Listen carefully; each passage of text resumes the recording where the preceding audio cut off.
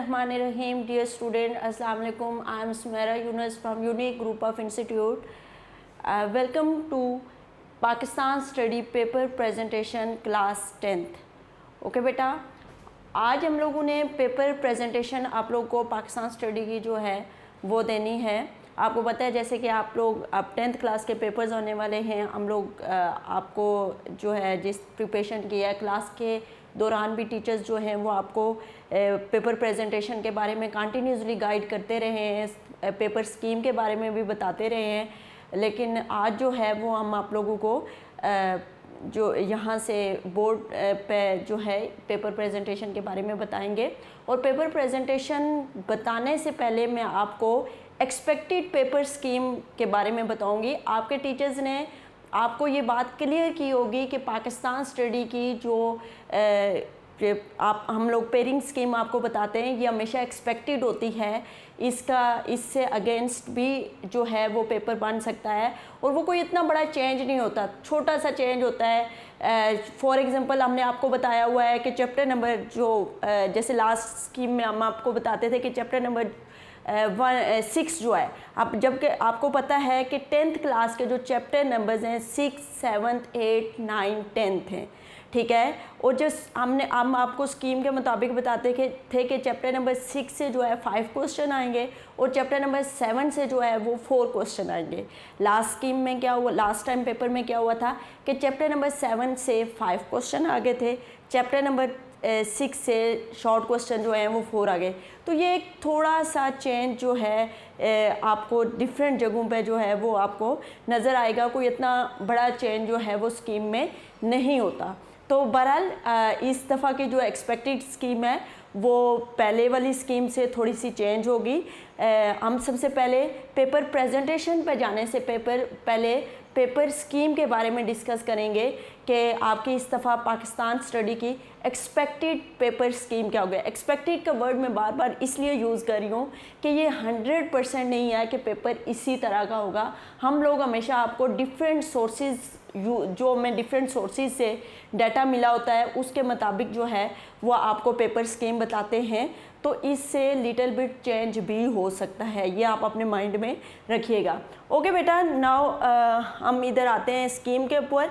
तो इस दफ़ा जो स्कीम है उसमें चैप्टर 6, 7, 8, 9, 10 पहले तो आप लोगों को पता है कि एक बात मैं आपको क्लियर करती जाऊँ कि इस दफ़ा आपका पेपर जो है वो अकॉर्डिंग टू स्मार्ट सिलेबस होगा। आपके टीचर्स ने बहुत अच्छी तरह से आपको बता दिया होगा कि स्मार्ट सिलेबस में कौन कौन से टॉपिक आपके इंक्लूड हैं और उन्हीं टॉपिक्स में से जो है आपका पेपर जो है वो आना है।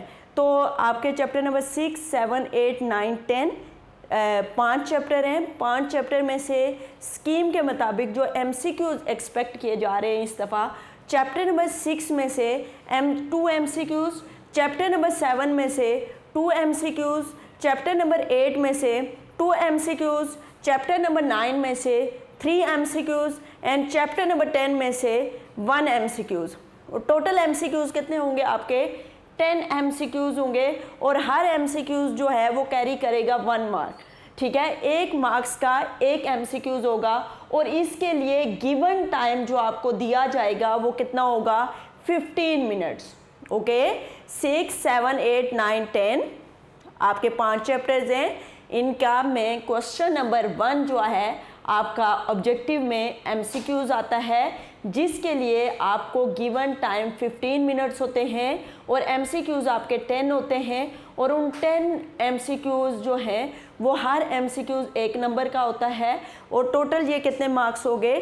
10 हो गए। तो मैंने आपको बता दिया है कि इस दफ़ा एक्सपेक्ट किया जा रहा है कि चैप्टर 6 से 2 MCQs आएंगे, 7 से 2 आएंगे, 8 से 2 आएंगे, 9 से 3 आएंगे, 10 से 1 MCQs आएगा। Okay, now come to short questions. तो इस दफ़ा की जो पेयरिंग स्कीम जो डिफरेंट सोर्सेज से हमें मिली है उसमें हमें ये आया है कि चैप्टर जो 6 इस दफ़ा जो आपका सेक्शन, आपको पता है कि आपके जो शॉर्ट क्वेश्चन है वो 2 सेक्शन में होते हैं। सेक्शन 2 है और उसमें 2 क्वेश्चन होते हैं। क्वेश्चन नंबर 2 पे शॉर्ट क्वेश्चन होता है एक ग्रुप, और दूसरा ग्रुप होता है क्वेश्चन नंबर 3 शॉर्ट क्वेश्चन। इस दफ़ा जो क्वेश्चन नंबर 2 एक्सपेक्ट किया जा रहा है कि जो क्वेश्चन नंबर 2 शॉर्ट क्वेश्चन पे डिपेंड करेगा वो चैप्टर नंबर 6, 7 और 10, 6, 7 और 10, मतलब कि 6 में से 4 शॉर्ट क्वेश्चन, 7 में से 4 शॉर्ट क्वेश्चंस एंड आपके 10 में से 1 शॉर्ट क्वेश्चन। तो 4, 4 एंड 1 कितना जो हमारा ग्रुप होता है वो कितने शॉर्ट क्वेश्चंस का होता है? 9 शॉर्ट क्वेश्चंस का होता है। और उसमें से हमने कितने अटेम्प्ट करने होते हैं? उनमें से हमने 9 आउट ऑफ 6 जो शॉर्ट क्वेश्चन है वो हमने अटेम्प्ट करने होते हैं। अच्छा, अब मैं आपको बता दूं कि शॉर्ट क्वेश्चन आपका जो सेक्शन 2 सब्जेक्टिव पार्ट है उसमें शॉर्ट क्वेश्चंस आपको 2 क्वेश्चंस के फॉर्म में आता है, क्वेश्चन नंबर 2 और क्वेश्चन नंबर 3। क्वेश्चन नंबर 2 जो है वो आपका चैप्टर नंबर 6, 7 और 10 में से शॉर्ट क्वेश्चंस आएंगे। और कितने शॉर्ट क्वेश्चंस होंगे टोटल? 9, 6 में से 4, 7 में से 4 और 10 में से 1, तो टोटल कितने हो गए? 9। 9 में से आपने कितने अटेम्प्ट करने हैं? 6 अटेम्प्ट करने हैं। ओके, इस तरह से शॉर्ट क्वेश्चन का जो सेक्शन क्वेश्चन नंबर 3 है वो आपका आएगा chapter number 8 and chapter number 9 में से। तो चैप्टर नंबर 8 और 9 में से आपने कितने अटेम्प्ट करने हैं? आपने 6 आउट ऑफ 9। अच्छा, 8 में से कितने एक्सपेक्ट किए जा रहे हैं शॉर्ट क्वेश्चन आएंगे? इस दफ़ा की स्कीम के मुताबिक एक्सपेक्ट किया जा रहा है कि चैप्टर नंबर 8 में से 4 शॉर्ट क्वेश्चन आएंगे, चैप्टर नंबर 9 में से 5 शॉर्ट क्वेश्चन आएंगे, और चैप्टर 5 एंड 4 कितने हो गए? 9 हो गए। तो टोटल कितने शॉर्ट क्वेश्चन होते हैं? 9 होते हैं। आपको कितने अटेम्प्ट करने होंगे? आपको 6 अटेम्प्ट करने होंगे। 6 आउट ऑफ 9 जो हैं वो आपको अटेम्प्ट करने होंगे। तो ये मैंने आपको MCQs का भी बता दिया, शॉर्ट क्वेश्चंस का भी बता दिया कि MCQs जो हैं वो कितने कितने कौन से चैप्टर से एक्सपेक्ट किए जा रहे हैं कि आएंगे। शॉर्ट क्वेश्चंस का भी बता दिया कि कितना एक्सपेक्ट किया जा रहा है कि कहाँ कितने आएंगे। अब मैं आपको लॉन्ग क्वेश्चंस के ऊपर आती हूँ, लॉन्ग क्वेश्चन के बारे में बताती हूँ। बेटा, लास्ट टाइम जो स्कीम के मुताबिक जो आपका पेपर था उसमें क्या था कि जो लॉन्ग क्वेश्चन आया था वो एक क्वेश्चन आया था क्वेश्चन नंबर 6 में से 8 नंबर का, और क्वेश्चन चैप्टर नंबर 6 में से 8 नंबर का आया था, और चैप्टर नंबर 8 में से जो है वो 8 नंबर का लॉन्ग क्वेश्चन आया था। लेकिन इस दफ़ा ऐसा एक्सपेक्ट नहीं किया जा रहा। इस दफ़ा जो पेपर पैटर्न्स पेयरिंग स्कीम जो है पंजाब की पाकिस्तान स्टडी के हवाले से, वो थोड़ी सी डिफरेंट सोर्सेज से हमें मिल रही है। इस दफ़ा कहा जा रहा है कि जो आपका लॉन्ग क्वेश्चन नंबर 4 होता है जो कि 8 नंबर का होता है वो आएगा चैप्टर नंबर 7 से, और लॉन्ग क्वेश्चन नंबर 5 वो भी 8 नंबर का क्वेश्चन होता है, और वो एक्सपेक्ट किया जा रहा है कि वो आएगा चैप्टर नंबर 9 में से। और आपका एक क्वेश्चन होता है जो कि क्वेश्चन नंबर 6 होता है, जिसके 2 पार्ट होते हैं, part A and part B. तो इस दफ़ा एक्सपेक्ट किया जा रहा है पेयरिंग स्कीम के मुताबिक कि जो चैप्टर क्वेश्चन नंबर 6 है जो कि ए पार्ट है वो चैप्टर नंबर 6 में से लिया जाएगा, और जो इसका क्वेश्चन नंबर 6 का बी पार्ट है ये चैप्टर नंबर 8 से लिया जाएगा। ओके, आपके MCQs और शॉर्ट क्वेश्चन में तो ऐसा इतना चेंज आपको फील नहीं हो रहा होगा, लेकिन इस दफ़ा की पेयरिंग स्कीम में आपको लॉन्ग क्वेश्चन में काफ़ी चेंज फील हो रहा होगा, क्योंकि लॉन्ग क्वेश्चन में इस दफ़ा चैप्टर नंबर 6 में से एक पार्ट आएगा, और चैप्टर नंबर 4 मार्क्स का, और चैप्टर नंबर 8 में से बी पार्ट आएगा वो 4 मार्क्स का होगा, और चैप्टर नंबर 7 में से 8 नंबर का क्वेश्चन होगा जो कि क्वेश्चन नंबर 4 होगा, और चैप्टर नंबर 9 में से क्वेश्चन नंबर 5 होगा वो भी 8 मार्क्स का होगा। तो मतलब क्वेश्चन नंबर 4, 5 जो कि 8 नंबर के फुल फ्लैज क्वेश्चन होते हैं वो आपके चैप्टर 7 और चैप्टर 9 से आएंगे। और जो पार्ट में क्वेश्चन आता है आपका जो कि क्वेश्चन नंबर 6 होता है वो chapter number 6 and chapter number जो 9 है उसमें से आएगा। चैप्टर नंबर 10 में से किसी किस्म का कोई लॉन्ग क्वेश्चन एक्सपेक्ट नहीं किया जा रहा। ओके, अब डिटेल पे आ जाते हैं। डिटेल में जो है क्वेश्चन नंबर 2 में शॉर्ट क्वेश्चंस मैंने अभी आपको बताया चैप्टर 6, 7, 10 में से, जिसमें से टोटल 9 क्वेश्चन आएंगे। आपने कितने करने होंगे? 6 करने होंगे। फिर क्वेश्चन नंबर 3 है, इसके शॉर्ट क्वेश्चन जो हैं वो चैप्टर 8 और 9 में से आएंगे। 9 में से आपको 6 अटैम्प्ट करने होंगे। लॉन्ग क्वेश्चन जो हैं 4, 5, 6 हैं और लॉन्ग क्वेश्चन नंबर 4, 5, 6 होंगे, जिसमें से ये 3 लॉन्ग क्वेश्चन होंगे और 3 में से आपको कितने अटैम्प्ट करने होंगे? 2 अटैम्प्ट करने होंगे। अब मार्क्स डिस्ट्रीब्यूशन के हवाले से अगर बात की जाए तो मार्क्स जो आपके MCQs के होंगे वो 10 मार्क्स होंगे, ठीक है। फिर शॉर्ट क्वेश्चन के आपके पहला जो क्वेश्चन नंबर 2 पहला ग्रुप का जो शॉर्ट क्वेश्चन है 6 × 2, क्योंकि हर मार्क्स जो है हर शॉर्ट क्वेश्चन जो है वो 2 मार्क्स का होगा, तो इसके 6 टोटल शॉर्ट क्वेश्चन है। तो 6 जो हैं वो अगर 2 मार्क्स के होंगे तो आपके टोटल 12 मार्क्स के एक क्वेश्चन नंबर 2 के शॉर्ट क्वेश्चन होंगे और 12 मार्क्स के आपके क्वेश्चन नंबर 3 के शॉर्ट क्वेश्चन होंगे। और इस तरह से ये टोटल शॉर्ट क्वेश्चन जो हैं वो 24 मार्क्स के होंगे। तो 10 MCQs के और 24 शॉर्ट क्वेश्चन के, तो ये टोटल MCQs और शॉर्ट क्वेश्चन के टोटल मार्क्स कितने हुए? टोटल मार्क्स जो हुए ये 30 हुए। और पाकिस्तान स्टडी का टोटल पेपर कितने मार्क्स का होता है? 50 मार्क्स का होता है। रिमेनिंग कितने जो हैं वो आपके ये 34 मार्क्स के जो हैं वो 10 एंड 34 मार्क्स के आपके शॉर्ट क्वेश्चन और MCQs के मार्क्स हो गए। तो आपके रिमेनिंग जो हैं वो 16 मार्क्स बचे हैं। तो आपके शॉर्ट क्वेश्चन जो है एक शॉर्ट क्वेश्चन जो है वो 8 नंबर का होगा। तो इस तरह से आपके ये 2 शॉर्ट क्वेश्चन जो होंगे वो 16 नंबर के होंगे जो आपने अटेम्प्ट करने होंगे। तो इस तरह से आपके 50 मार्क्स जो हैं ये पेपर स्कीम के मुताबिक आपके टोटल ये जो मार्क्स हैं वो 50 हैं और इस तरह से आपके ये 50 मार्क्स जो हैं वो पूरे हो जाते हैं। तो ये जो पेयरिंग स्कीम है ये एक्सपेक्ट की जा रही है, जो कि डिफरेंट वेबसाइट डिफरेंट सोर्सेज से जो हमने फाइंड आउट की और फाइनली फिर हम आपको बता रहे हैं, ठीक है। लेकिन मैं फिर आपको ये कहती जाऊँ कि हम जो जितने भी क्वेश्चन हैं आपको स्मार्ट सिलेबस 42% आपका सिलेबस तो जो है वो उसकी रिड्यूस हो चुका है, ओनली 58% है। और उस 58 में हर टॉपिक जो है वो बहुत इंपॉर्टेंट है, इसलिए आप लोगों को वो तमाम टॉपिक जो हैं वो अच्छी तरह से प्रिपेयर करने हैं। स्कीम पे बहुत ज़्यादा रिलाई करने की ज़रूरत नहीं है, लेकिन फिर भी जो एक्सपेक्ट किया जा रहा है वो हम आपको बता देते होते हैं ताकि आपको थोड़ी बहुत जो है वो गाइडलाइन मिल जाए। अब ये हमारी पेपर स्कीम हो गई है, पेपर स्कीम हम डिस्कस कर चुके हैं। अब हम आएंगे किस साइड पे? हम पेपर प्रेजेंटेशन की तरफ आएंगे कि पेपर प्रेजेंटेशन में कौन कौन सी बातों को आपको मद्देनज़र रखना है और कौन कौन सी बातें आपके लिए बहुत ज़्यादा इम्पॉर्टेंट है, ठीक है।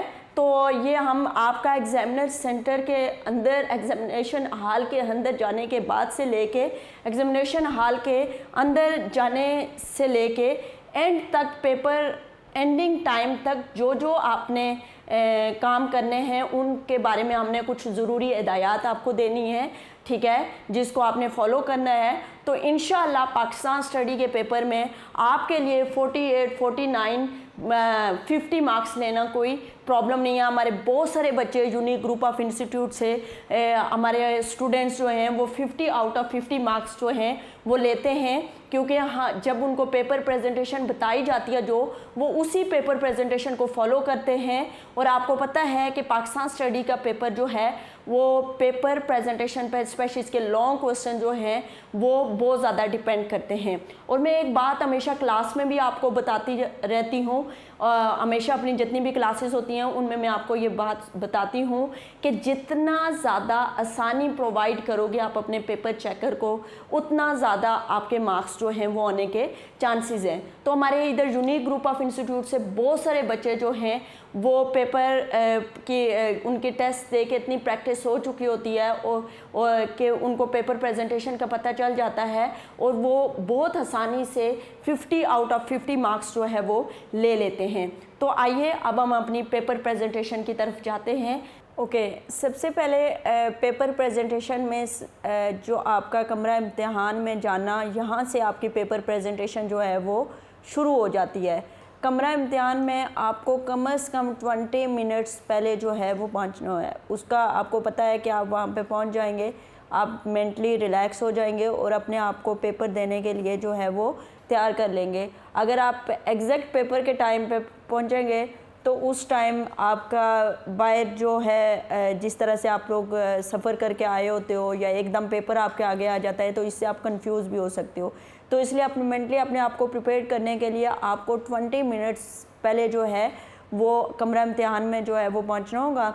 सेकंड जो पॉइंट है वो है कि नोटिस बोर्ड पर लगे हुए सीटिंग प्लान जो है के मुताबिक आप अपनी सीट पर पहुंच जाएंगे। आपको पता है आपके सीटिंग प्लान, आपके रोल नंबर वगैरह जो है वहाँ पे लगे होते हैं। पहले तो आपके बाहर नोटिस बोर्ड के ऊपर जो है आपके रोल नंबर लगे होते हैं, आपको पता चल जाता है आपको कौन सी क्लास में जाना है, फिर उसके कौन से हॉल में जाना है और उसके बाद आपका वहाँ पे जो है वो नंबर लिखा होता है, जो भी आपका रोल नंबर होता है उसके मुताबिक आप वहाँ पे बैठ जाओ। ठीक है, आपके पास पर्चा हल करने वाला सामान शफाफ पेंसिल बॉक्स में होना चाहिए जिसमें रोल नंबर स्लिप रखना मत भूलिए, जिसको आप स्टेशनरी किट भी कहते हैं या ज्योमेट्री बॉक्स या इस तरह से कुछ भी आप इनको बोलते हैं, वो होना बहुत ज़रूरी है जिसमें आपकी तमाम ज़रूरत की चीज़ें जो हैं वो वहाँ पे होनी चाहिए, ताकि उस टाइम ऐसा ना हो कि आपके पास मार्कर चाहिए हो तो मार्कर ना हो, स्केल चाहिए हो तो स्केल ना हो, या पेंसिल चाहिए हो तो पेंसिल ना हो।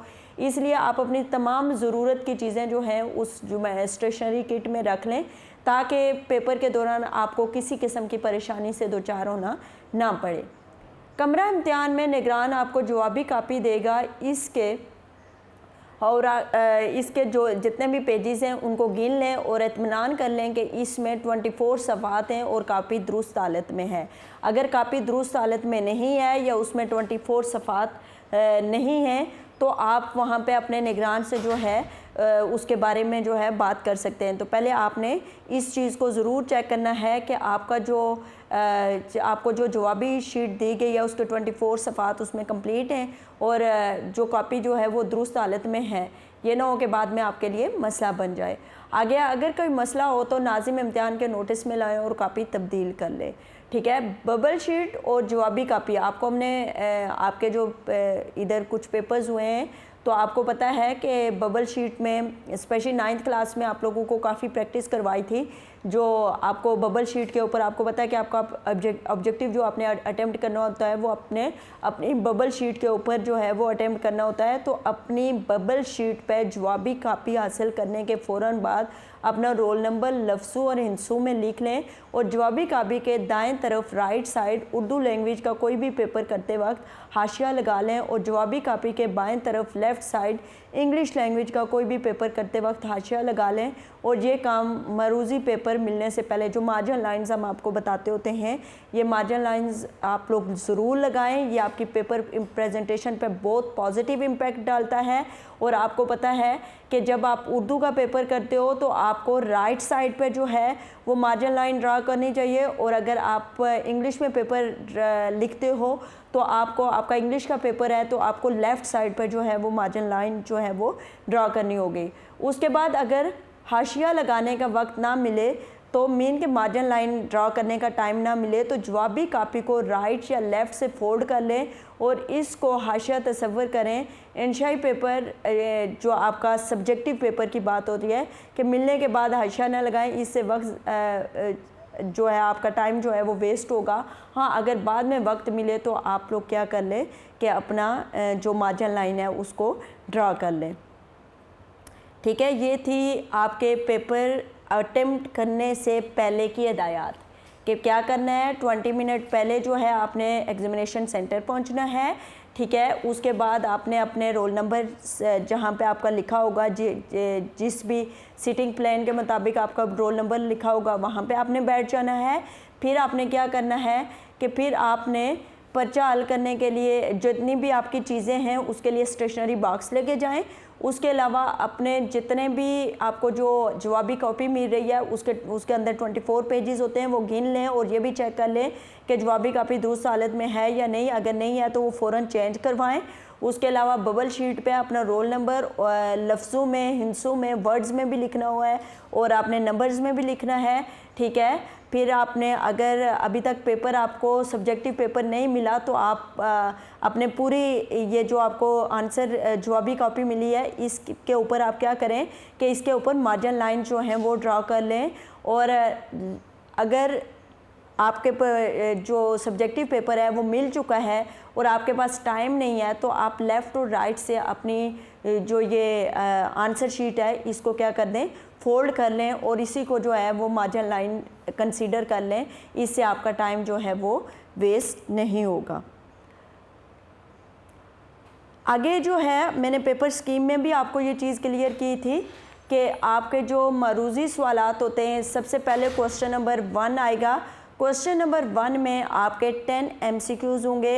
हर MCQs 1 नंबर का होगा और उसके लिए गिवन टाइम आपको 15 मिनट होगा। ये तो खैर आपको 15 मिनट में ही अटेम्प्ट करना होगा क्योंकि उसके बाद आपसे ये कलेक्ट कर लिया जाएगा, ठीक है।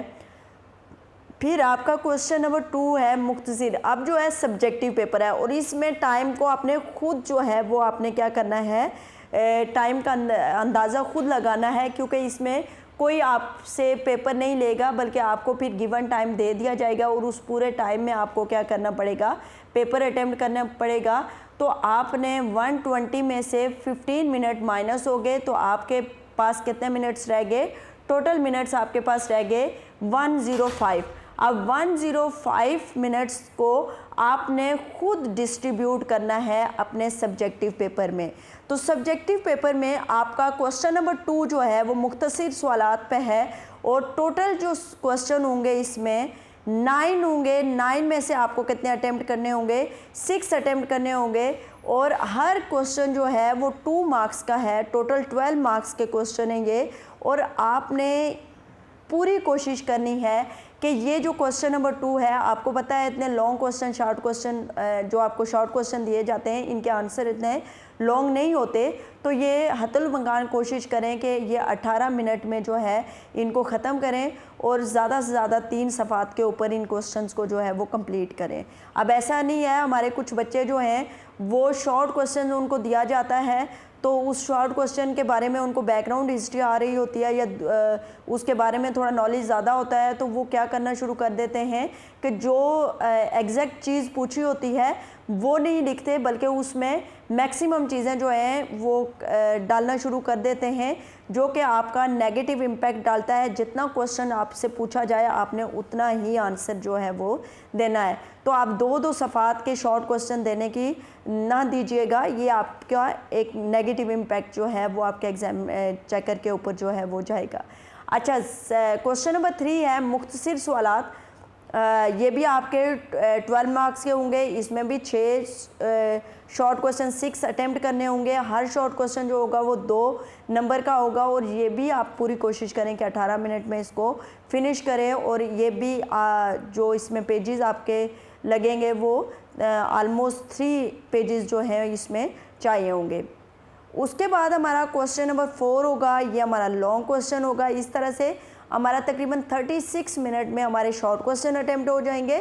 और अब हम लॉन्ग क्वेश्चन की तरफ आ जाते हैं। लॉन्ग क्वेश्चन में हमारा जो क्वेश्चन नंबर 4 है वो 8 मार्क्स का होगा और इसको आप पहले ही अपनी टाइमिंग, अपनी वॉच जो है वो अपने पास रखें और उसमें अपने टाइम को सेट कर लें कि आपने इस क्वेश्चन को ज़्यादा से ज़्यादा 30 मिनट्स के अंदर जो है वो इसको कंप्लीट करना है। और इस तरह से ये क्वेश्चन जो है ये मैक्सिमम आप अक्सर हमसे ये पूछते रहते हैं क्वेश्चन कितना होना चाहिए कितना, तो 8 नंबर का क्वेश्चन जो है उसके लिए कम से कम 6 to 7 सफ़ात जो हैं वो बहुत ज़्यादा ज़रूरी हैं। आप लोगों ने 6 to 7 सफ़ात जो हैं वो इसमें कंप्लीट लिखने हैं, ताकि आपकी जो आंसर जवाबी कापी है उसके 6 to 7 सफ़ात जो है आपका ये 8 नंबर का क्वेश्चन कवर करे, ठीक है।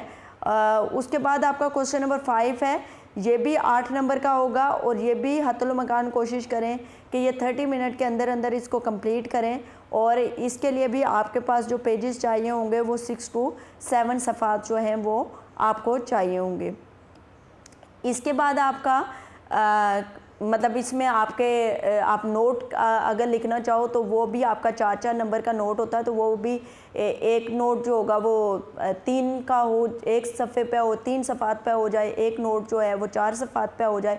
तो इस तरह से आपके 7 सफ़ात जो है वो आपके, अगर आप नोट वाला क्वेश्चन करना चाहते हैं तो उस पर भी आपके कंप्लीट हो जाएंगे। उसके बाद क्वेश्चन जो आपका 6 पॉइंट है जिसको आपने मद्देनज़र रखना है, वो पेपर रीडिंग बहुत ज़्यादा ज़रूरी है, बहुत ही इम्पॉर्टेंट है पेपर रीडिंग। आप खुद जब अपना पेपर अटेम्प्ट कर लोगे तो आप एक दफ़ा पेपर रीडिंग करना, 2 दफ़ा रीडिंग करना, आपको पता चलेगा कि आपने पेपर के अंदर कितनी मिस्टेक्स की हुई हैं। तो पेपर रीडिंग पेपर के लिए बहुत ज़्यादा ज़रूरी है। तो पर्चा शुरू करने से पहले भी आपने पेपर को जो है वो पढ़ना है, क्योंकि जब हम पहली दफ़ा पेपर पढ़ते हैं तो कुछ क्वेश्चन जो हैं वो हमें क्लियर नहीं हो रहे होते, लेकिन हम 2, 3, 4 दूसरी या तीसरी दफ़ा जब उसको हम पढ़ते हैं तो फिर हमें बहुत सारे क्वेश्चन क्लियर होना शुरू हो जाते हैं। और अक्सर बच्चे ये भी गलती करते हैं कि पेपर रीडिंग किए बगैर जो है पेपर स्टार्ट कर देते हैं फ़ौरन फटाफट, और उससे क्या होना शुरू होता है, उससे ये होता है कि सम टाइम वो जो एग्ज़ामिनर जो आपके पेपर में क्वेश्चन डिमांड कर रहा होता है उसके मुताबिक आपका आंसर नहीं होता, क्योंकि आपने जल्दी में, आपको पे क्वेश्चन की समझ ही नहीं आई और आपने उसका आंसर जो है वो क्वेश्चन के अकॉर्डिंग नहीं लिखा। तो इसलिए सबसे पहले पेपर को पढ़ना और उसको समझना बहुत ज़्यादा ज़रूरी है। और आपने फिर जब पेपर आपका ख़त्म हो जाए तो आपने पेपर को रिवाइज़ करना है। जब आप रिवाइज़ करेंगे तो आपको पता चलेगा कि उसमें से कितनी मिस्टेक्स निकलती हैं, उन मिस्टेक्स की करेक्शन कीजिए, और इसके लिए भी आपके पास आलमोस्ट 5 मिनट्स होंगे। तो इस तरह से आपका ये पेपर 120 मिनट्स में जो है वो तकरीबन 2 आवर्स में कंप्लीट हो जाएगा, ओके। और आपको पता है पाकिस्तान स्टडी का पेपर जो है वो 50 मिनट का होता है, और इसमें मोस्टली जो टाइम कंसीडर किया जाता है वो 2 आवर्स ही कंसीडर किया जाता है, क्योंकि आधा घंटा तो पेपर देने लेने और इस तरह की चीज़ों में जो है वो हमारा लग जाता है, ठीक है। नेक्स्ट जो है, अब पेपर अटेम्प्ट कैसे करना है।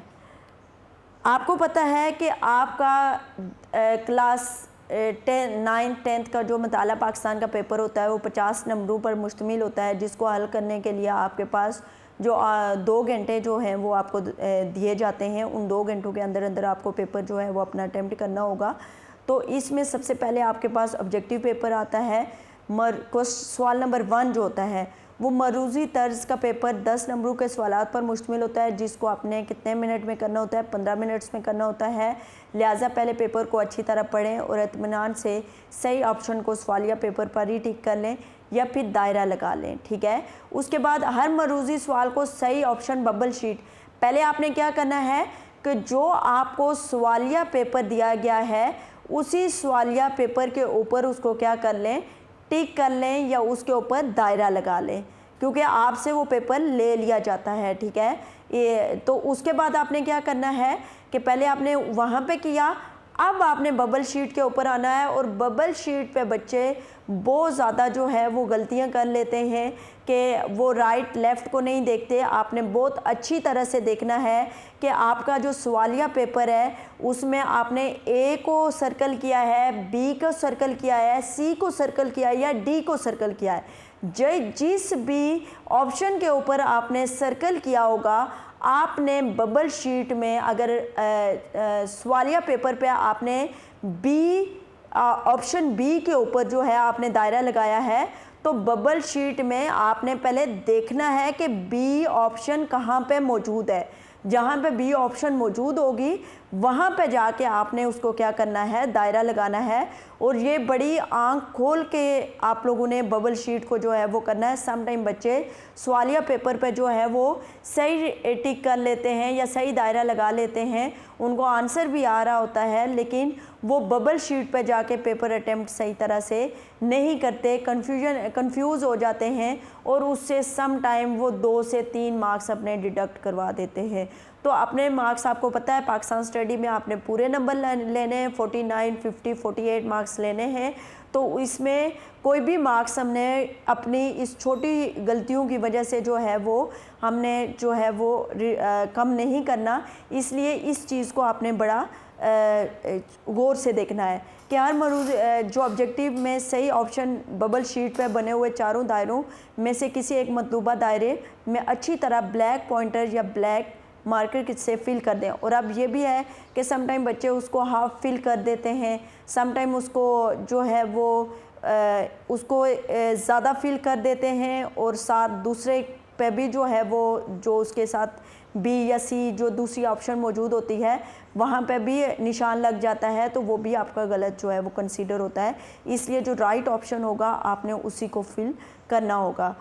एक MCQs के लिए आपको तकरीबन 1.5 मिनट मिलते हैं, इसमें आपने ये कंप्लीट करना होगा। आगे आपका है मरूजी तर्ज के पेपर के बाद आपका सब्जेक्टिव पेपर आ जाता है जो कि 2 हिस्सों पर मुश्तमिल होता है। पहले पार्ट में आपके शॉर्ट क्वेश्चन सेक्शन 1, इसके 2 सेक्शन होते हैं, एक होता है सेक्शन 1 और दूसरा होता है सेक्शन 2। सेक्शन 1 जो है उसमें शॉर्ट क्वेश्चंस होते हैं, सेक्शन 2 जो होता है उसमें लॉन्ग क्वेश्चन होते हैं। सेक्शन 1 जो होता है उसमें शॉर्ट क्वेश्चन में सवाल नंबर 2 और सवाल नंबर 3 होते हैं। ठीक है, मैंने आपको जैसे कि पेपर स्कीम में भी और वैसे भी आपको क्लास में बताते हैं कि सवाल नंबर 2 जो है वो पहले 2 चैप्टर में से लिया जाता है, जैसे कि 6 और 7। इस दफ़ा जैसे मैंने आपको स्कीम बताई है 6, 7 और 10 में से क्वेश्चन नंबर 2 जो है वो में से शॉर्ट क्वेश्चन लिए जाएंगे और सवाल नंबर 3 जो होगा आपका क्वेश्चन नंबर 3 होगा उसमें 8 और 9 में से शॉर्ट क्वेश्चंस लिए जाएंगे। ठीक है, और ये शॉर्ट क्वेश्चन पे दोनों क्वेश्चन डिपेंड करते हैं। और ये शॉर्ट क्वेश्चन मैंने आपको इसको बताया है कि आपने पहले सवाल नंबर 2 अटैम्प्ट करना है, फिर आपने क्या करना है सवाल नंबर 3 अटैम्प्ट करना है। ठीक है, तो मरूज़ इसके बाद जिसको हल करने का दौरानिया 1 घंटा 45 मिनट होगा।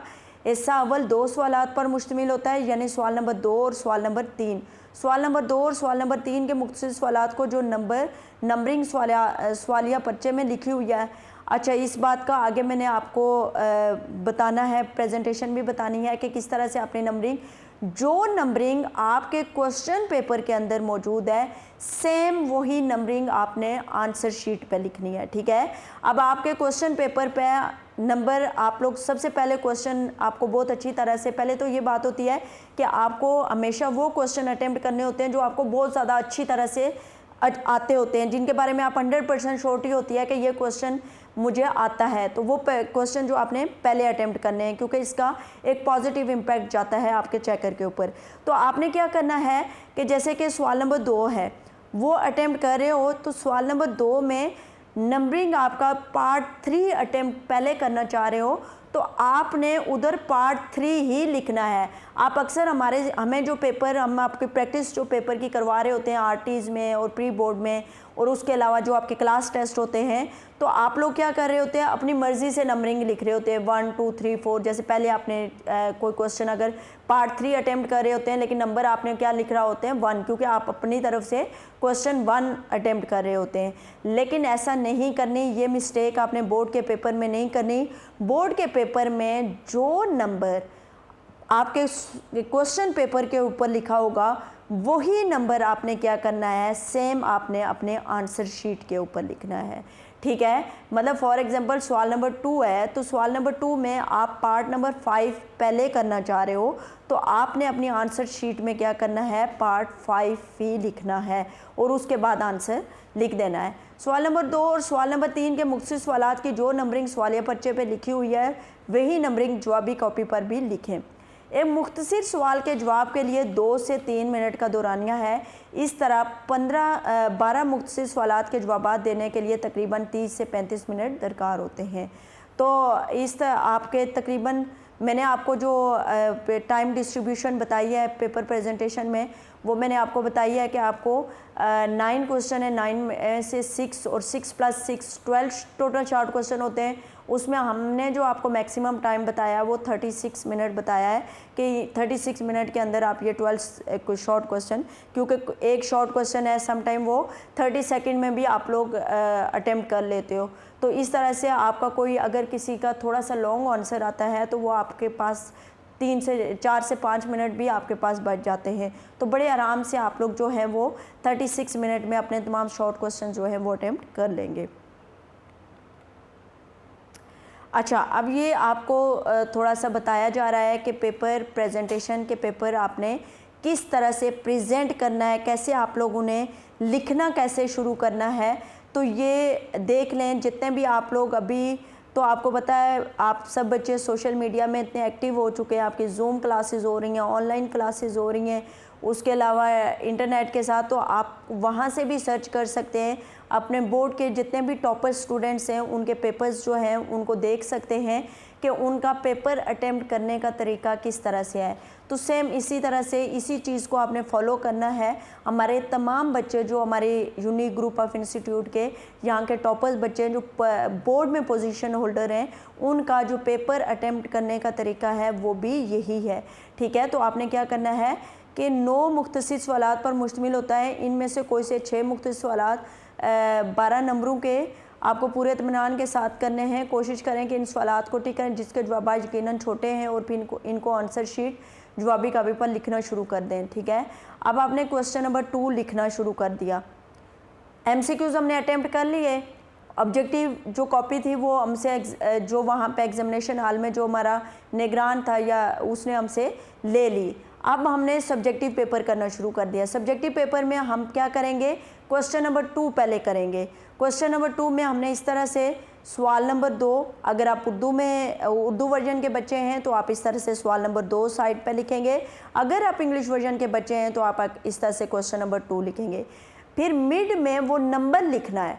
अब ये इधर 1 नंबर है, 2 है, तो आपने ऐसे नहीं करना कि वहाँ पे भी आपने 1 2 ही स्टार्ट कर देना है। आपने ऐसा नहीं करना। मतलब फॉर एग्जांपल हो सकता है कि आपको सवाल नंबर 2 का पहला जो पार्ट है वो सही तरह से क्लियर नहीं है, आपको पार्ट नंबर 3 ज़्यादा क्लियर है, तो ये जो यहाँ पे जो 1 लिखा हुआ है इसकी जगह आपने क्या लिखना है, पार्ट 3, क्योंकि आप सवाल नंबर 2 का कौन सा क्वेश्चन अटेम्प्ट कर रहे हो, पार्ट 3 जो है वो अटेम्प्ट कर रहे हो। तो यहाँ पे आपने क्या करना है कि पार्ट 3 को पहले लिखना है, ना कि आप इधर वो करें। हमने तो जस्ट आपको एक प्रेजेंटेशन बताया है कि इस तरह से आपने प्रेजेंट करना है, लेकिन ज़रूरी नहीं है कि मैंने इधर 1 2 नंबर लिखा है तो आपने भी पेपर पे 1 2 ही लिखना है, जबकि आप कर इधर 4 और 5 रहे हो। अगर आप 4 और 5 नंबर कर रहे हैं तो इधर 4 और 5 लिखें, लेकिन लिखना इस तरीके से है कि मेन क्वेश्चन, अगर उर्दू वर्जन के आप बच्चे हैं तो आपने मेन क्वेश्चन जो है वो राइट साइड पे लिखना है। ठीक है, जैसे कि क्वेश्चन नंबर 2 है, और अगर आप इंग्लिश वर्जन के बच्चे हैं तो आपने लेफ़्ट साइड पे लिखना है, और आपने मिड में वो पार्ट लिखना है जिसको आपने क्या करना है, अटेम्प्ट करना है। अब आप में से चूँकि आपको पता है कि पेपर टाइमिंग जो है वो आपके पास कम होता है टाइम, तो आपको पूरा क्वेश्चन लिखने की ज़रूरत नहीं है। आप क्या करेंगे, जस्ट आप उसका मेन जो पॉइंट है वो लिख देंगे। जैसे वो आपसे पूछता है कि यूनियन कौंसिल के 2 फ़राइज़ बयान करें, तो आपको पूरा क्वेश्चन लिखने की ज़रूरत नहीं है, आपने जस्ट यूनियन कौंसिल के 2 फ़राइज़ लिख दिए, उसके बाद इस तरह से आंसर लिख दिया। ठीक है, पहला पॉइंट लिखा, दूसरा पॉइंट लिखा। अब जैसे अबीब बैंक और UBL की निजकारी, अब ये तो चूँकि स्मार्ट सिलेबस में इंक्लूड नहीं है, लेकिन इस तरह से अगर कोई शॉर्ट क्वेश्चन आ जाता है तो जिसमें आपको पॉइंट्स में आंसर नहीं देना होता, पैराग्राफ में देना होगा, तो आप इस तरह से सिंपल इसको क्या करेंगे, लाइंस में आंसर दे देंगे। ठीक है, ये आपको जो क्वेश्चन बताए जा रहे हैं ये ज़रूरी नहीं है कि आपके पेपर के अंदर, आप कुछ बच्चे ये सोच रहे होंगे कि शायद पेपर में इस तरह के क्वेश्चन आएंगे या ऐसा होगा, ऐसा नहीं है। आपको जस्ट हम प्रेजेंटेशन बता रहे हैं कि इस तरह से आपने प्रेजेंट करना है अपने पेपर को, लिखना इस तरह से, अपना लिखना जो काम करना शुरू करना है वो इस तरह से करना है, ठीक है। आगे है, अब इसी तरह से आपने ये, मैं फिर इस पॉइंट पर जाती हूँ। अब सवाल नंबर 2 है। सवाल नंबर 2 के आपने कितने पार्ट करने हैं? 6 करने हैं। लेकिन अगर कोई बच्चा एक्स्ट्रा क्वेश्चन अटेम्प्ट करना चाहता है तो वो सवाल नंबर 2 के अंदर ही एक्स्ट्रा क्वेश्चन अटेम्प्ट करेगा। उसने अपने चेकर, पेपर चेकर को आपने किसी तौर पे भी कंफ्यूज नहीं करना। मैं हमेशा क्लास में आपको ये बताती हूँ बात कि जितना ज़्यादा आप पेपर चेकर को आसानी प्रोवाइड करोगे पेपर चेक करने में, उतने ज़्यादा मार्क्स लेने लोगे आप लोग, ठीक है। तो आपने किसी तौर पे भी अपने पेपर चेकर को क्या करना है? कंफ्यूज नहीं करना। इसलिए सवाल नंबर 2 में आपने 6 क्वेश्चन जो वो डिमांड कर रहा था वो तो आपने अटेम्प्ट कर लिए, लेकिन कुछ एक्स्ट्रा क्वेश्चन हैं जो आपको आते हैं और आप उनको अटेम्प्ट करना चाहते हो, तो वो आपने सवाल नंबर 2 के अंदर ही अटेम्प्ट करने हैं। सवाल नंबर 3 के अंदर अटेम्प्ट नहीं करने हैं। इससे आपके पेपर चेकर के ऊपर आपका नेगेटिव इम्पैक्ट पड़ सकता है, ठीक है। अब जैसे सवाल नंबर 3 है, इसमें भी आपको 9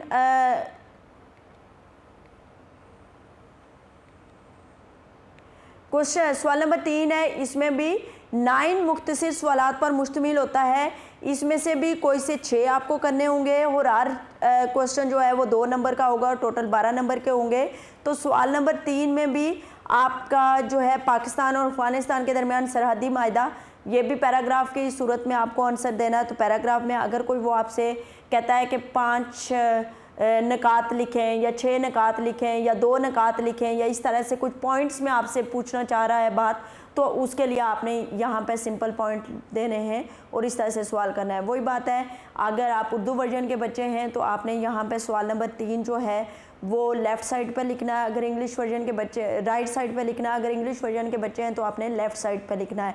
और आपने जो पार्ट अटेम्प्ट करना है, जो भी पार्ट, जो भी नंबर आपके क्वेश्चन के ऊपर लिखा होगा वो नंबर आपने इधर दरमियान में लिख के मेन हेडिंग लिख देनी है जो वो डिमांड कर रहा है।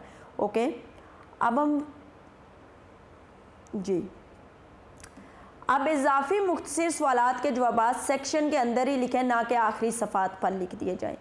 ये आप मिस्टेक करते हो, अक्सर करते हो पेपर्स में, और मैं बार बार इस बात से आपको रोकती होती हूँ कि ऐसा ना किया करें कि आप लोग क्या करते हो, पहले क्वेश्चन नंबर 2 अटेम्प्ट कर देते हो, 3 भी अटेम्प्ट कर देते हो, लॉन्ग भी अटेम्प्ट कर देते हो, और फिर क्या लॉन्ग भी अटेम्प्ट करने के बाद आप लोग क्या करते हो, फिर आखिरी सफ़ात में जो है वो शॉर्ट क्वेश्चन आ रहे होते हैं डिफरेंट क्वेश्चन नंबर के साथ, डिफरेंट पार्ट के साथ, और वो बड़ा एक नेगेटिव इम्पैक्ट पड़ रहा होता है। उससे जो पेपर चेक करने वाला भी जो है वो भी बड़ा कंफ्यूज हो रहा होता है, उसको समझ नहीं आ रही होती कि वो अब किस तरह से आपके नंबर जो है वो इन नंबर्स को जो है उनके साथ वो करे, तो इससे कन्फ्यूजन क्रिएट होती है जो कि आपके पेपर चेकर के ऊपर जो है अच्छा इम्पैक्ट नहीं डालती, ठीक है। तो ये काम आपने नहीं करना, मैंने पहले भी बताया है। जो सेक्शन अटेम्प्ट करोगे उसको पूरी तरह से एक्स्ट्रा भी करने हैं तो उसी के अंदर करने हैं। अच्छा, मुख्तलिफ सवालात के जवाबात में गैर ज़रूरी मवाद शामिल करने से गुरेज करें। ये बात बहुत ज़रूरी है। अक्सर मेरी जो गर्ल्स हैं, स्टूडेंट्स हैं, वो इस तरह की गलती ज़्यादा कर लेती हैं कि वो क्या करती हैं कि वो बहुत एक्स्ट्रा मवाद देती हैं। माशाल्लाह माशाल्लाह सब बच्चे ही जो है उनको नॉलेज होता है, जो भी क्वेश्चन आता है उसके अलावा एक्स्ट्रा नॉलेज भी होता है उनके पास, उसके बैकग्राउंड हिस्ट्री भी पता होती है सारी, तो वो सारा कुछ उसके बीच में पुट करना शुरू कर देते हैं। बेटा आपसे व्हेन पूछा जाता है तो बस उसकी डेट लिखनी होती है, वेयर पूछा जाता है तो जगह का नाम लिखना होता है, टू अगर पॉइंट्स पूछे जाते हैं तो टू ही लिखें। अगर हमने आपके नोट्स पे शॉर्ट क्वेश्चन के अंदर 5 पॉइंट्स लिखे हैं तो डजेंट मीन कि आप लोग वहाँ पे 5 पॉइंट्स ही लिखें। आपसे जब उसने 2 पॉइंट्स मांगे हैं तो आपने 2 लिखने हैं, आपसे अगर उसने 3 पॉइंट्स मांगे हैं तो आपने 3 लिखने हैं, इससे ज़्यादा लिखने की ज़रूरत नहीं है। अच्छा, सवाल के मुताबिक नेचर ऑफ क्वेश्चन मुख्तसर और जामे जवाब दो। जितना आप लोग exact answer to the point answer दोगे, इतना आपका पॉजिटिव इम्पैक्ट एग्जाम जो आपका पेपर चेकर होगा उसके ऊपर पड़ेगा। मुख्तलिफ सवालात के जवाबात तहरीर करते वक्त खूबसूरत अंदाज़ अपनाएं। हमने पीछे आपको बताया किस तरह से खूबसूरत अंदाज़ अपनाना है। ठीक है। पूरा सवाल लिखने के बजाय श सुर्खी में से 2-3 अल्फाज लिखकर, मतलब आपका जो पूरा क्वेश्चन होती है, पूरी स्टेटमेंट होती है, उस पूरी स्टेटमेंट से मेन 3 वर्ड्स लिख के आप जो है वो अपने टाइम को जो है वो बचा सकते हैं। मुख्तलिफ सवालात के जवाब तहरीर करने के बाद इनकी तादाद गिन लें। आप गिन लें कि आप चूँकि डिफरेंट पार्ट आपने किए होते हैं, तो आप गिन लें कि आपने जितने अटेम्प्ट किए हैं वो हैं या नहीं। अच्छा, अच्छी और तेज़ रंग की शार्प इंक का इस्तेमाल करें, ठीक है। लाइट इंक का इस्तेमाल आपने नहीं करना, जो है सही तेज़ अच्छा इम्पैक्ट जो है वो आपके ऊपर डालती है, सही है। अब नेक्स्ट जो है पेपर के ऊपर, अब हम हिस्सा दूम के ऊपर आ जाएंगे। हिस्सा दूम जो कि आपके तफसीली सवाल आते हैं, शॉर्ट क्वेश्चंस की बात हो गई है, मैंने आपको कहा है एग्जैक्ट और टू द पॉइंट आंसर देना है, ठीक है। अब आपका हिस्सा दूम जो कि आपके लॉन्ग क्वेश्चन पे डिपेंड करता है, इसमें आपके जो क्वेश्चंस होंगे वो 4, 5, 6 और इनमें से कोई से 2 सवालात जो हैं वो आपने करने होंगे, जो कि 8-8 नंबरों के होते हैं। कोशिश करें कि इन सवालात के जवाबात लिखें जिनके हेडलाइन ज़्यादा से ज़्यादा 12 से 16 हेडिंग्स हों। मैंने आपको बताया है कि आपका 8 नंबर का क्वेश्चन जो है वो आलमोस्ट 7 to 8 पेजेस या 6 to 7 पेजेस का होना बहुत ज़्यादा ज़रूरी है, क्योंकि ज़रूरी क्यों इतना ही होता है। और मैंने आपको ये भी बताया हुआ है कि जैसे मैं आपको पेपर डिस्कशन पे में भी आपको बताया था कि अपने लॉन्ग क्वेश्चंस के लिए यूनिक ग्रुप ऑफ इंस्टीट्यूट के नोट्स को ज़रूर फॉलो करें। वो वहाँ पे बहुत प्रॉपर हमने आंसर दिए हुए हैं और वहाँ पे कोई भी ऐसा आंसर नहीं है लॉन्ग क्वेश्चन का जो 6 to 7 पेजेस से कम हो, ठीक है। तो अगर आप अपने यूनिक ग्रुप ऑफ इंस्टीट्यूट के नोट्स फॉलो करेंगे तो वहाँ पे आपको बैकग्राउंड हिस्ट्री भी दी हुई है, कंक्लूजन भी किया हुआ है, तो ये बहुत ज़्यादा ज़रूरत है। तो तमाम हेडिंग्स की आउटलाइन बनाएं और फिर हर हेडिंग की तफसील लिखें। अगर मुमकिन हो सके तो अशार और कोटेशन ज़रूर लिखें। अशार और कोटेशन अगर किसी बच्चे ने लिख दिया तो वो बहुत ही पॉजिटिव इम्पैक्ट जाता है। चीज़ें बोल्ड करना, कोटेशन लिखना, पोइट्री अशार लिखना, ये आपका पेपर का बहुत पॉजिटिव इम्पैक्ट रहता है। यूनिक नोट्स में लिखे गए तफसीली जवाबात ही आपको यकीनन 100% नंबर दिलाने में अहम किरदार अदा करेंगे। ये बात मैं बार बार आपको बताती हूँ, क्लास के दौरान भी बताती हूँ, अभी भी पेपर डिस्कशन में, पेपर प्रेजेंटेशन में, हर जगह बता रही हूँ कि आपको लॉन्ग क्वेश्चंस के लिए परेशान आने की ज़रूरत नहीं है। आप यूनिक ग्रुप ऑफ इंस्टीट्यूट के नोट्स जो हैं उनको फॉलो करें तो किसी सूरत भी आपके जो नंबर हैं वो कम नहीं आ सकते। इन सवालात के जवाब भी ज़रूर लिखने की कोशिश करें जिनके जवाब लिमिटेड या शॉर्ट नोट अंदाज में पूछे गए। मसलन बंदरगाहों और खुश गोदियों की अहमियत बयान करें 4 मार्क्स, या पाकिस्तान के अहम मशरती मिसाइल पर नोट लिखें 4 मार्क्स, या तमन्नाई के वसाइल की अहमियत बयान करें 4 मार्क्स। इस तरह के सवालात अटैम्प्ट करने से वक्त भी बचता है और नंबर भी पूरे मिलते हैं। हेडिंग्स और अहम अल्फाज की वर्ड के लिए कटा हुआ नीला ब्लू मार्कर जिसका नंबर होता है 604 मार्कर, दोनों वर्जन उर्दू इंग्लिश के तलबा जो हैं वो इस्तेमाल करें। ताहम इंग्लिश वर्जन के तलबा अगर कटे हुए मार्कर से लिखने पर अबूर नहीं रखते तो फिर गोल टिप वाला नीला मार्कर इस मकसद के लिए इस्तेमाल कर सकते हैं। एक तफसीली सवाल का जवाब लिखने के लिए आप लोगों के पास तकरीबन 30 से 35 मिनट हैं, इसलिए इतने ही वक्त में सवाल का जवाब मुकम्मल करें ताकि दूसरे के जवाब के लिए भी इतना वक्त बच सके और आप लोगों का बैलेंस पेपर जब एग्ज़ामिनर के पास जाएगा तो आप लोग मैक्सिमम मार्क्स हासिल कर सकेंगे। ये आपका लॉन्ग क्वेश्चंस अटेम्प्ट करने का तरीका है। पहले आप लोगों ने ऐसे आउटलाइन, इंग्लिश वर्जन के बच्चे जो हैं वो आउटलाइन बनाएंगे, उर्दू वर्जन के बच्चे जो हैं वो खाका बनाएंगे, ठीक है। उसमें आप लोगों ने इस खाके और आउटलाइन में बेसिकली हमने ये लिखना होता है कि हम जो आगे क्वेश्चन अटेम्प्ट करने जा रहे हैं उसमें कौन कौन सी चीज़ों को मद्देनज़र रखेंगे, कौन कौन सी चीज़ें डिस्कस करने जा रहे हैं, कौन कौन सी चीज़ों के ऊपर जो है वो हमने लिखना है। जो मेन पॉइंट्स होते हैं जो कि आगे आपने एक्सप्लेन करने हैं डिटेल में, वो मेन पॉइंट्स जो हैं, मेन हेडिंग्स जो हैं आपने लिख देनी है। आपको पता है आपका हर क्वेश्चन के अंदर जो है वो हेडिंग्स मौजूद हैं, आपने वो हेडिंग्स जो हैं वो यहाँ पे लिख देनी है। इंग्लिश के बच्चे आउटलाइन की हेडिंग दे के यहाँ पे नीचे लिख लेंगे और जो उर्दू के बच्चे हैं वो यहाँ पे। फिर आप लोगों ने क्या करना है, तफसील जब स्टार्ट करनी है तो उसकी बैकग्राउंड हिस्ट्री जो है वो देना बहुत ज़्यादा ज़रूरी है। ये बार बार मैं आपको आपको बता रही हूँ कि क्वेश्चन स्टार्ट करने से पहले आउटलाइन खाका लिखने के बाद बैकग्राउंड हिस्ट्री में थोड़ी सी डिटेल दो और उसके बाद अपना क्वेश्चन जो कंप्लीट करना है वो आपने किस तरह से कंप्लीट करना है, उसको कंक्लूड करना है या उसका हासिल कलाम जो है वो बहुत ज़्यादा ज़रूरी है, वो लिखना है। अब मेरे जितने भी स्टूडेंट जिनको मैंने लेक्चर दिए होंगे उनको अंदाज़ा होगा कि मैंने हमेशा उनके हासिल कलाम या उनका जो उनका जो हासिल कलाम था या उनका जो पस मंज़र था, अगर वो नहीं लिखते थे तो मैं 2 या 3 नंबर उनके जो है वो काट लेती होती थी, ठीक है।